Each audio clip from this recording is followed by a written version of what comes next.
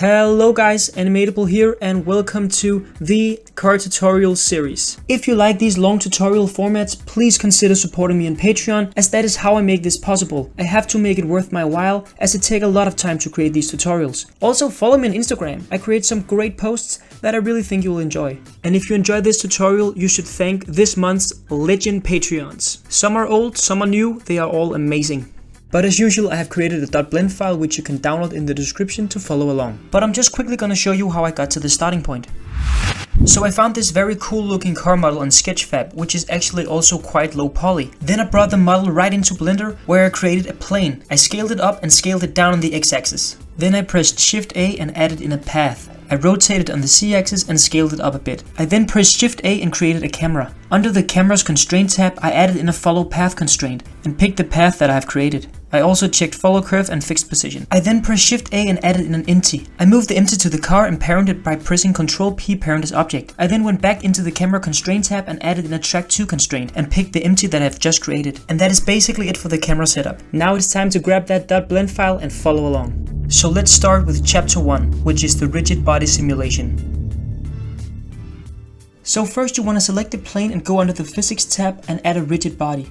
You want to change it from active to passive, and that is it for the plane. Now we want to create a simple animation for the car. So move the car back to the point where you want the car to start from and create a keyframe by pressing I on the keyboard and choose location. Then you want to move a couple of frames ahead on the timeline, move the car forward on the y-axis and place another keyframe by pressing I and choose location once again. Now we have this very simple animation. However, by default the keyframe interpolation mode is set to Bezier. We want this to be linear. So select all your keyframes, right click and choose the linear interpolation mode. By doing this the car is moving with a constant speed, which is what we want. With the car selected, go under the physics tab and add a rigid body. Uncheck the dynamic box and make sure that the animated box is enabled. Move a couple of frames ahead on the timeline and by hovering the mouse over the animated box and pressing I, it will place a keyframe. Do the same for the dynamic box. Then you want to move one frame ahead, uncheck the animated box, set a keyframe and check the dynamic box and set a keyframe. You should now have an animation where the car is animated for the first approximately 30 frames and then the rigid body simulation will take over and do the simulation work. As you can see, the car is stopping because of the friction on the plane. You can change the friction by selecting the plane, go under the physics tab, under surface response and there is a friction tab. As you can see, if I crank up the friction, the car will stop earlier. We are going to play around with this factor later. We now want to create the object that the car will be colliding with. So I press Shift A and add in an icosphere. I'm just going to keep all the settings that the icosphere has by default. What you want to do next is select the car and go to the keyframe right before the rigid body simulation will take over. You then want to select the icosphere and move it right in front of the car so that it will collide with the car when the rigid body simulation is working its magic. Then you want to select the icosphere and go under the physics tab and add a rigid body. You want to change it from active to passive. And just right off the bat, the simulation already looks great. But we don't want to settle for great. We want it to be epic. So you should really play around with your simulation.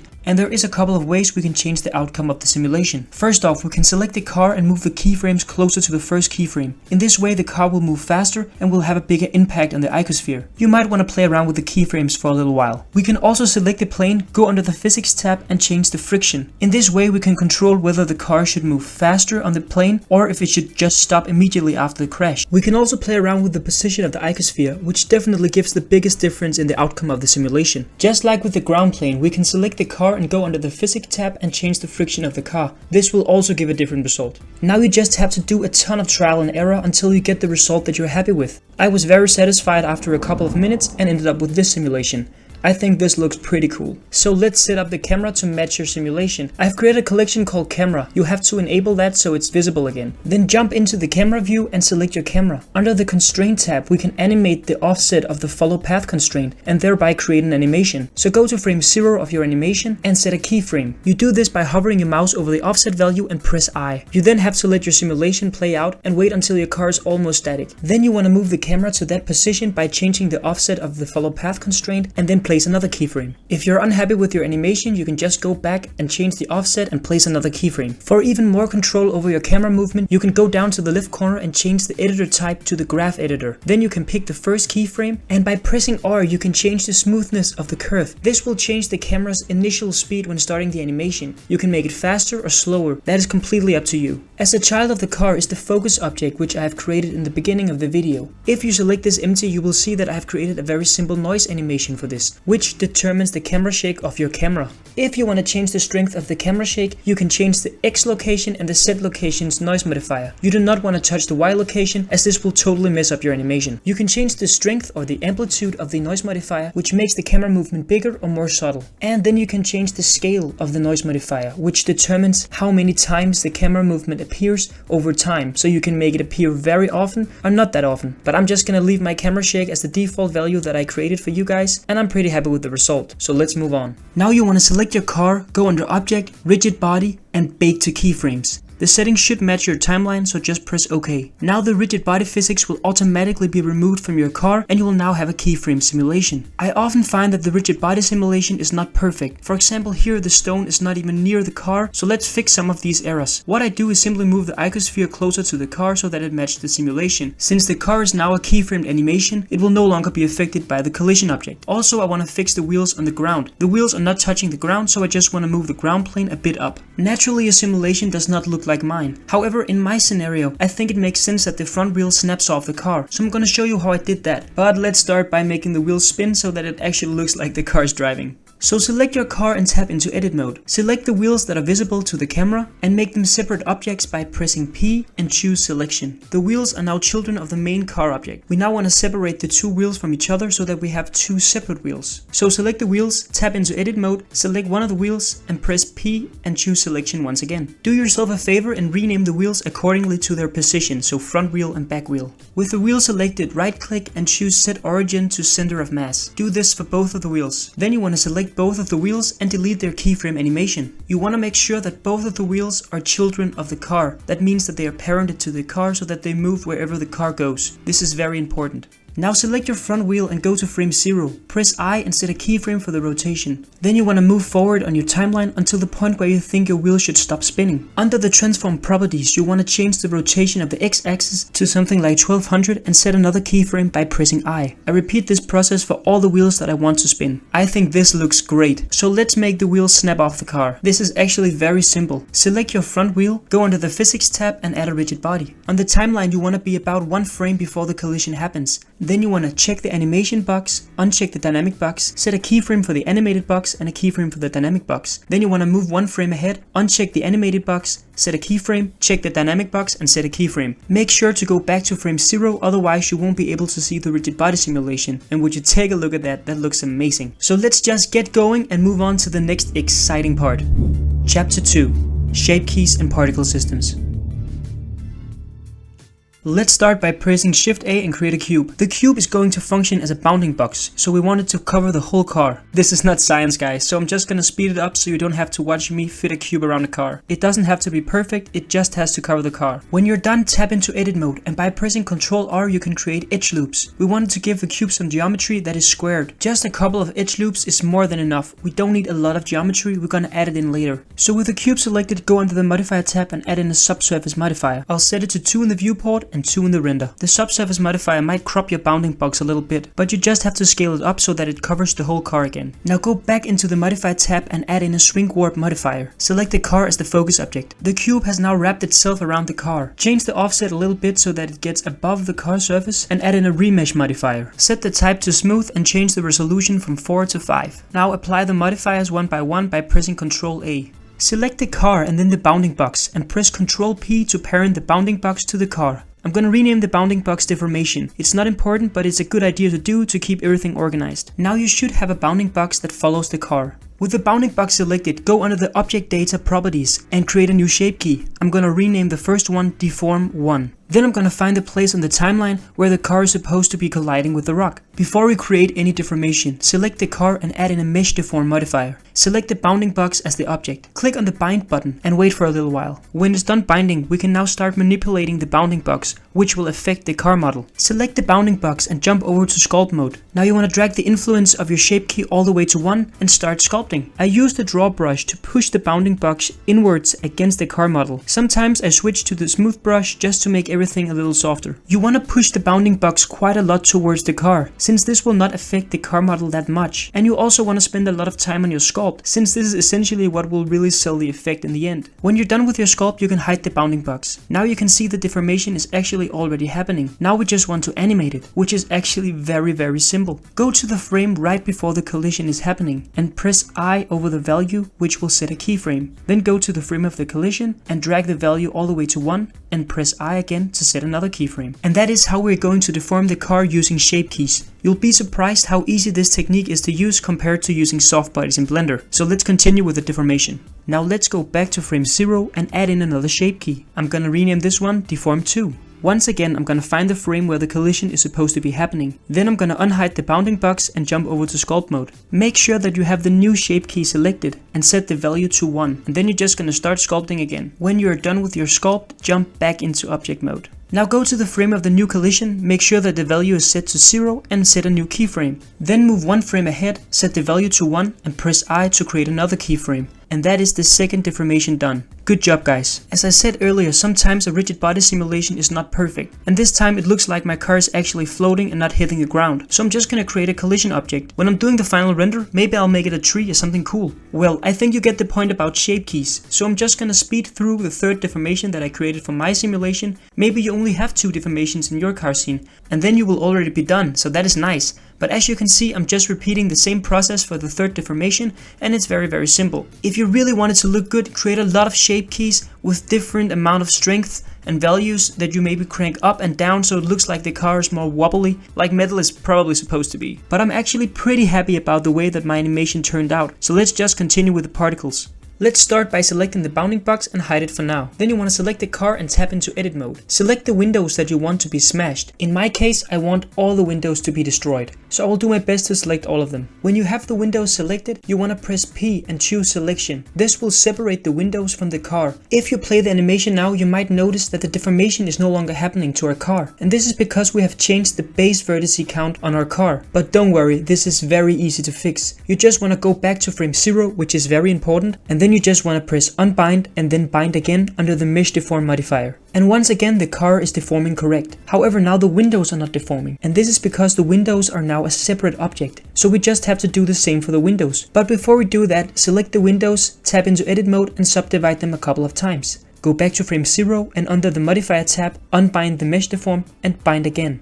Now the windows are also deforming correctly. Now with the window selected, add in a particle system. Then you should pick the start frame when your glass should start shattering, and the end frame should be around 4 frames later. Then you want to go down to the render tab and set the render as to none. Then you want to go under the modifier tab and add in an explode modifier. Check the box cut edges and press refresh. Under the particle settings, we want to change the behavior a little bit. Under velocity, set the normal to 0.3. Enable rotation and crank up the randomness, the phase and the random phase. Also check the box dynamic. Under angular velocity, set it to 1. Under the source dropdown, change it from jitter to random. And then you want to bake the particle system, and let's take a look at the simulation. As you can see, the glass is going right through the plane, and that is because we need to enable the collision physics for the plane. Under the collision particle tab, I crank up the damping, the randomization of the damping, the friction and the random friction. I also set the field absorption to 0.1. And then you want to bake the particle system, and let's take a look at the simulation. Well, I think it looks great, but there are some things missing. To make it more realistic, some of the glass should stay in the windows. So let's start by deleting the particle bake. With the window selected, jump into weight paint mode. Under the vertex data properties, delete all the current vertex groups. Then you just want to select the size of your brush and start drawing very softly in the edge of the windows. This will automatically create a new vertex group called group. You can rename the group weight or whatever you like to, but I'm just gonna leave it with the default name group.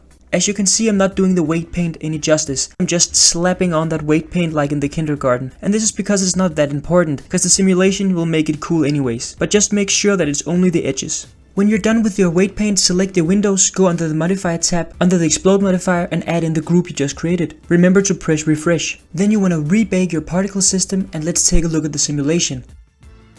As you can see, some parts of the windows are actually staying now, and that looks great. With the glass particle system done, let's move on to the sparks. I think the sparks really sells this shot, so I'm very excited to do that. Let's just jump right into it. So select your plane and tap into edit mode. As you can see, I've already given your plane some geometry. Then you want to select the faces that your car is scratching on the way. With your faces selected, you want to press Shift D to duplicate it, and then press P right after and choose selection. This will make the selection a separate object. You can now hide the main ground object. Now select your new little ground plane, tap into edit mode and subdivide it a couple of times. Then go over to the physics tab and add in a dynamic paint physics. You want the type to be canvas, which it is by default, so just add a canvas. Remember to enable the box anti-aliasing and enable the box dissolve and change the type from paint to weight mode. With the little ground plane still selected, jump over to the vertex data property and add in a vertex group. I'm just gonna rename it Spark. Then under the physics tab, under the dynamic paint, down in the bottom there is a tab called output. You want to change it from DP weight to your new vertex group called Spark. Then you want to select the car, go into the physics tab and add a dynamic paint as well. You want to change it from canvas to brush and add a brush. You want to change the paint mode to mesh volume plus proximity and change the distance to 0.2. Then you want to select the ground plane and jump over to weight paint mode. And as you can see, when the car hits the ground, we can now see some weight being displayed on the ground. However, the weight does not follow the car, it actually stays whenever the car touches the ground, and we don't want that, we want it to dissolve. So select the plane and go under the physics tab. Under the dynamic paint settings, you want to change the dissolve time value to something like 10, and then you want to bake. After the bake is done, you want to go over to the modifier tab and add in a mask modifier. In the vertex group dropdown, you want to choose the vertex group that contains all the weight data, which in our case is the group called Sparks. And as you can see, the mask modifier removes all the geometry that is not affected by the car's weight paint. However, we still don't want all of it to be visible. We only want the parts that are under the car. So we want to add in a vertex weight edit modifier. Under the vertex group, pick the group Sparks. Then you want to move the weight edit modifier above the mask modifier. Then you want to enable group remove and set the threshold to something like 0.04. But that depends on your scene. Just make sure that the plane is just barely visible under the car. Then you can unhide the ground plane and then select the small plane once again. Then you want to go into the particle tab and add in a particle system. Then go down to the timeline and find the frame where you think your spark should start appearing. Then go into the particle system and set the frame start to that frame. Then you want to go down on the timeline again and find the frame where you think your spark should stop appearing. And then you want to type that into the end frame of your particle system. After some testing, I found that a lifetime of 10.5 is very good for sparks. Scroll down to the velocity tab and set the normal to 8. Then move to the frame where your spark should start appearing and press I over the normal velocity. Then you want to go to the frame where your spark should stop appearing. Change the normal velocity to 4 and press I to set another keyframe. This will give the sparks a lot of energy at first, and then when the car is slowing down, so will the sparks. And I think this looks great. As you can see, the sparks are getting less and less energy as the car is slowing down. Now you want to set the particle count to 8000. Enable the rotation, set the randomize to 0.3, the phase to 0.1, the random phase to 0.4 and enable the dynamic box. Then you want to set the angular velocity to 1. Now let's create the spark. Press Shift A and add in a plane. Move the plane to the side, tap into edit mode and press Ctrl T to triangulate. Then you want to delete one of the faces. Then you want to right click and set the origin to the center of the mass. And good job, you are the modeling king, you have just created a spark. With the spark selected, go under the material tab and add a new material. Change it from a principal shader to the emission shader. Now you want to crank up the strength to something like 40 and change the color to a reddish orange tint. Now if you jump over to cycles, you can view the spark. I think I'm gonna make mine a little bit more reddish. You should now rename the spark Spark instead of Plane. Now select your particle system and go under the render tab. Under the render as, choose object. Under the instance object, choose the spark that we've just created. Also, you want to set the scale to something very low like 0.05 and crank up the scale randomness to the maximum of 1. And now if you watch the simulation, we can't really see anything because the particles are so small. But trust me, they will be there in the render view. By the way, just make sure that the bounding box is not visible in the render view. Otherwise, it will look very weird. Also, press Shift A and add in a sun so we can see something in the render view. We're not gonna mess with the sun right now, it's just to get some lighting. Now let's try to render and see what it looks like. I think it looks great. Now we just need the final touch. So press Shift A and under force field add in a wind.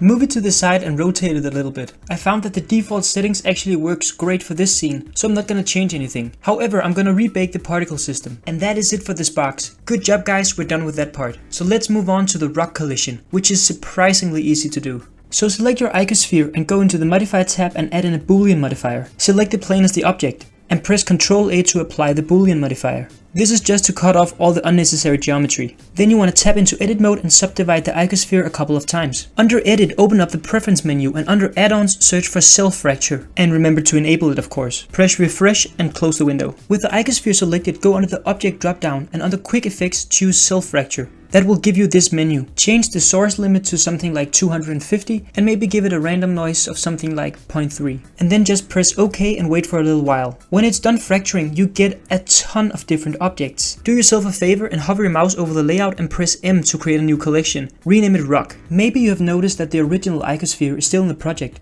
You can move it to the side or delete it. I'm just gonna delete it. And now if we play the simulation, nothing happens. And that is of course because we need to add some rigid body simulations. Let's start by selecting the car and go under the physics tab. Let's add in a rigid body. By default the animation we created earlier is still there. So right click and delete it, because we're gonna create a new one. All we need to do is check the animated box, and that is it for the car. Under the rock collection, select the very first rock and add in a rigid body. This is just to keep things organized. Then you want to go to the frame before the collision, uncheck the dynamic box, check the animated box, set a keyframe for the animated box and a keyframe for the dynamic box. Then you want to move one frame ahead, uncheck the animated box, set a keyframe, check the dynamic box and set another keyframe. If we play the animation, only the one piece will have a rigid body simulation enabled, and as you can see it flies off just like we want it to. But it also flies right through the plane, so add a rigid body physics to the plane and set it to passive. With the first rock object selected, press Shift Z to go into wireframe mode and select all the pieces that you want to be affected by the car's collision. To make it realistic, some pieces should stay. Then under the object tab you want to go under the rigid body and choose copy from active. This will give all the other pieces the same rigid body simulation as the first rock object we created. However, this does not copy the keyframe that we created in the rigid body simulation. So with the same object selected, go under the object tab under make links and choose animation data.